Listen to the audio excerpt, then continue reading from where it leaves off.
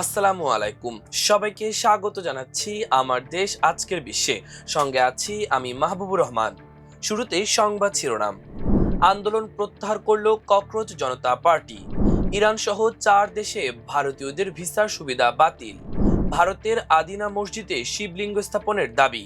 গোপনে যুদ্ধবিমান পাঠিয়ে প্রথমবারের মতো ইরানে হামলা বাহরাইন ও কুয়েতের। শুনছিলেন সংবাদ শিরোনাম, এবার বিস্তারিত। ভারতের শিক্ষামন্ত্রী ধর্মেন্দ্র প্রধান পদত্যাগ করায় দিল্লির যন্তর মন্তরে চলা আন্দোলন অবিলম্বে তুলে নেওয়ার ঘোষণা দিয়েছে ককরোচ জনতা পার্টি সিজেপি। শনিবার সন্ধ্যায় এক যৌথ সংবাদ সম্মেলনে এই ঘোষণা দিয়ে আন্দোলনকারীদের বাড়ি ফিরে যাওয়ার অনুরোধ জানানো হয়েছে। ধর্মেন্দ্র প্রধানের পদত্যাগই ছিল সিজেপির প্রধান দাবি। সংবাদ সম্মেলনে সিজেপির মুখপাত্র সৌরভ দাস ও আশুতোষ রঙ্গা এবং কেন্দ্রীয় মন্ত্রী জেপি নাড্ডা ও জিতেন্দ্র সিং উপস্থিত ছিলেন। সিজেপির পক্ষ থেকে জানানো হয়, সরকারের আশ্বাসের ওপর ভরসা রেখেই তারা সদিচ্ছা থেকে আন্দোলন শেষ করছেন। সিজেপি জানিয়েছে, ধর্মেন্দ্র প্রধানের পদত্যাগের পাশাপাশি সরকার তাদের অন্য দাবিগুলো মেনে নিয়েছে। এর মধ্যে রয়েছে শিক্ষার্থীদের বিরুদ্ধে করা পুলিশ মামলা তুলে নেওয়া, ভবিষ্যতে তাদের হয়রানি না করা এবং নিট প্রশ্নপত্র ফাঁসের ঘটনায় আত্মঘাতী শিক্ষার্থীদের পরিবারকে নিয়ম অনুযায়ী সর্বোচ্চ ক্ষতিপূরণ দেওয়া। ৩৬ দিন ধরে চলা এই আন্দোলনের পর সরকারের তরফ থেকে দাবিগুলো মেনে নেওয়ায় সব বিক্ষোভকারীকে শান্তিপূর্ণভাবে প্রতিবাদস্থল ছেড়ে বাড়ি ফিরে যাওয়ার আহ্বান জানিয়েছে সিজেপি। চলতি বছর 4টি দেশ ভারতকে দেওয়া ভিসা মুক্ত বা অন অ্যারাইভাল ভিসার সুবিধা বাতিল করেছে।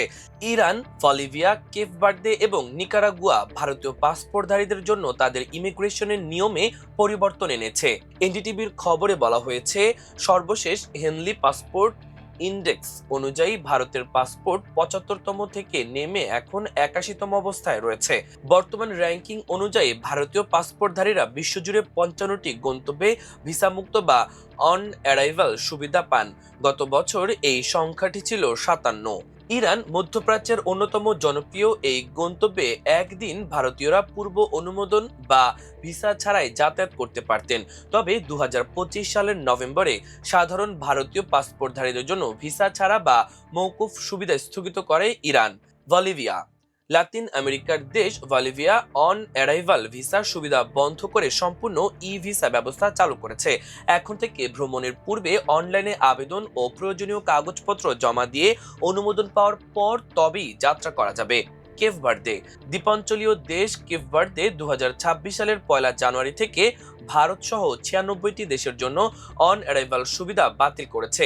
পূর্বে অনলাইনে প্ল্যাটফর্মে ফি দিয়ে বিমানবন্দরে পৌঁছে ভিসা পাওয়া গেলেও বর্তমানে বৈধ ভিসা ছাড়া দেশটিতে প্রবেশ নিষিদ্ধ করা হয়েছে। নিকারাগুয়া 2026 সালের 16 ফেব্রুয়ারি থেকে নতুন অভিবাসন নীতি কার্যকর করেছে নিকারাগুয়া। ভারতীয় পাসপোর্টধারীদের ক্যাটাগরি সি বা কনসালটেড ভিসা তালিকার অন্তর্ভুক্ত করা হয়েছে। ফলে ফ্লাইটে ওঠার আগেই নিকারাগুয়ার অভিবাসন কর্তৃপক্ষের কাছ থেকে আগাম অনুমতি নেওয়ার বাধ্যবাধকতা তৈরি হয়েছে। পশ্চিমবঙ্গের মালদার ঐতিহ্যবাহী আদিনা মসজিদকে ঘিরে নতুন করে বিতর্ক শুরু হয়েছে। একাধিক হিন্দু সংগঠন ও বিজেপি নেতার দাবি, এই স্থানে আগে একটি প্রাচীন আদিনাথ মন্দির ছিল এবং সেই মন্দির ভেঙেই পরবর্তীতে আদিনা মসজিদ নির্মাণ করা হয়। তবে ভারতীয় পুরাতত্ত্ব সর্বেক্ষণ এএসআই স্পষ্ট জানিয়েছে, আদিনা মসজিদ একটি কেন্দ্রীয়ভাবে সংরক্ষিত ঐতিহাসিক স্মৃতিস্তম্ভ। তাই এর ভেতরে বা চত্বরে কোনো ধর্মীয় কার্যক্রমের অনুমতি দেয়া হবে না। এএসআইর তথ্য অনুযায়ী মালদার পান্ডুয়ায় অবস্থিত আদিনা মসজিদ 1373 খ্রিস্টাব্দে বাংলার সুলতান সিকন্দর শাহ নির্মাণ করেন। এটি মধ্যযুগীয় ভারতের অন্যতম বৃহৎ মসজিদ। অন্যদিকে কয়েকটি হিন্দু সংগঠনের দাবি, এখানে আগে ভগবান শিব ও ভগবান বিষ্ণুকে উৎসর্গ করা আদিনাথ মন্দির ছিল। তাদের বক্তব্য, মসজিদের স্থাপত্যে এখনো হিন্দু ও বৌদ্ধ ধর্মীয় শিল্প ও ভাস্কর্যের বিভিন্ন নিদর্শন দেখা যায়। এই কারণেই তারা আদিনাথ মন্দির পুনর্নির্মাণ এবং সেখানে শিবলিঙ্গ প্রতিষ্ঠার দাবি জানিয়েছে। বিজেপির গুড গভর্নেন্স উইং উত্তরবঙ্গ এর আহ্বায়ক কাজল গোস্বামী বলেন, তাদের আন্দোলন আইন মেনে পরিচালিত হবে। তার দাবি, মসজিদে স্থাপন স্থাপত্যে হিন্দু ও বৌদ্ধ দেবদেবীর নিদর্শন রয়েছে, তাই আদিনাথ মন্দিরের ঐতিহাসিক পরিচয় পুনরুদ্ধার করা উচিত। সংগঠনের পক্ষ থেকে জানানো হয়েছে, তারকেশ্বর থেকে প্রায় 1.5 টন ওজনের এবং 3.6 ফুট উচ্চতার একটি শিবলিঙ্গ আনা হয়েছে। সেটি মসজিদের ভেতরে নয়, বাইরে স্থাপনের পরিকল্পনা রয়েছে। তাদের দাবি, এএসআই ও পুলিশের নির্দেশনা মেনেই সব কর্মসূচি পালন করা হবে। বিষয়টি জাতীয় রাজনীতিতেও আলোচনার জন্ম দিয়েছে। বিজেপির রাজ্যসভার সদস্য শ্রমিক ভট্টাচার্য সংসদে এ প্রসঙ্গ উত্থাপন করে দাবি করেন, আদিনা মসজিদ নির্মাণে প্রাচীন হিন্দু ও বৌদ্ধ স্থাপত্যের অংশ ব্যবহার করা হয়েছিল। তিনি এ বিষয়ে বিস্তারিত তদন্তের দাবি জানান। বিজেপির আরেক রাজ্যসভার সদস্য রাহুল সিনহা এই বিতর্কের সঙ্গে অযোধ্যার রাম মন্দির, বাবরি মসজিদ মামলার তুলনা করে বলেন, মানুষের ধর্মীয় অনুভূতির বিষয়টি গুরুত্বের সঙ্গে বিবেচনা করা উচিত এবং প্রকৃত ইতিহাস উদ্ঘাটন করা প্রয়োজন। অন্যদিকে সিপিএম এই ঘটনাকে রাজনৈতিক উদ্দেশ্য প্রণোদিত বলে অভিযোগ করেছে। দলের রাজ্য সম্পাদক মোহাম্মদ সেলিম বলেন, বিজেপি ও আরএসএস বিভিন্ন স্থানে ধর্মীয় ইস্যু সামনে এনে রাজনৈতিক মেরুকরণের চেষ্টা করছে। তার দাবি, পশ্চিমবঙ্গেও একই কৌশল অনুসরণ করা হচ্ছে। এদিকে পরিস্থিতির গুরুত্ব বিবেচনায় আদিনা মসজিদ চত্বরে নিরাপত্তা জোরদার করা হয়েছে। এএসআই জানিয়েছে, প্রাচীন স্মারক ও প্রত্নতাত্ত্বিক স্থান ও নিদর্শন আইন 1958 অনুযায়ী আদিনা মসজিদ জাতীয় গুরুত্ব সম্পূর্ণ সংরক্ষিত স্মৃতিস্তম্ভ। ফলে সেখানে কোনো নতুন ধর্মীয় অনুষ্ঠান বা অনুমোদিত কার্যক্রমের অনুমতি দেয়া হবে না।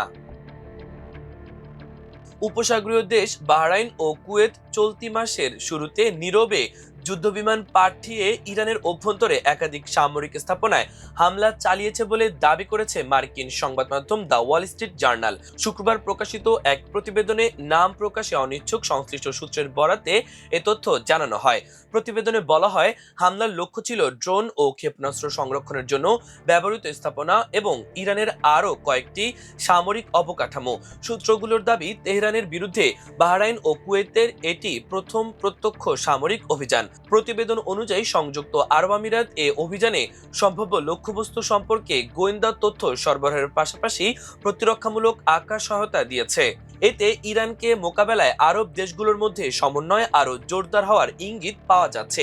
গত কয়েক সপ্তাহ ধরে ইরান তার পাল্টা হামলার বড় অংশ বাহরাইন ও কুয়েতকে লক্ষ্য করে পরিচালনা করেছে। দেশ দুটিতে যুক্তরাষ্ট্রের গুরুত্বপূর্ণ সামরিক ঘাঁটি রয়েছে। ওয়াল স্ট্রিট জার্নালের প্রতিবেদনে আরও বলা হয়, বাহরাইন ও কুয়েতের বিমান বাহিনী তুলনামূলকভাবে ছোট এবং যুক্তরাষ্ট্র ও ইউরোপে নির্মিত যুদ্ধবিমানের ওপর নির্ভরশীল হলেও ইরানের ধারাবাহিক হামলার জবাব না দিয়ে থাকার অবস্থানে তারা ছিল না।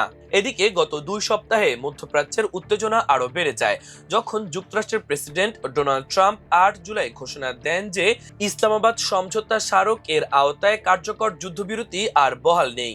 এরপর থেকে যুক্তরাষ্ট্র ও ইরানের মধ্যে পাল্টাপাল্টি হামলা অব্যাহত রয়েছে। ওয়াশিংটন ইরানের অভ্যন্তরের বিভিন্ন স্থাপনায় হামলা চালিয়েছে বলে জানা গেছে।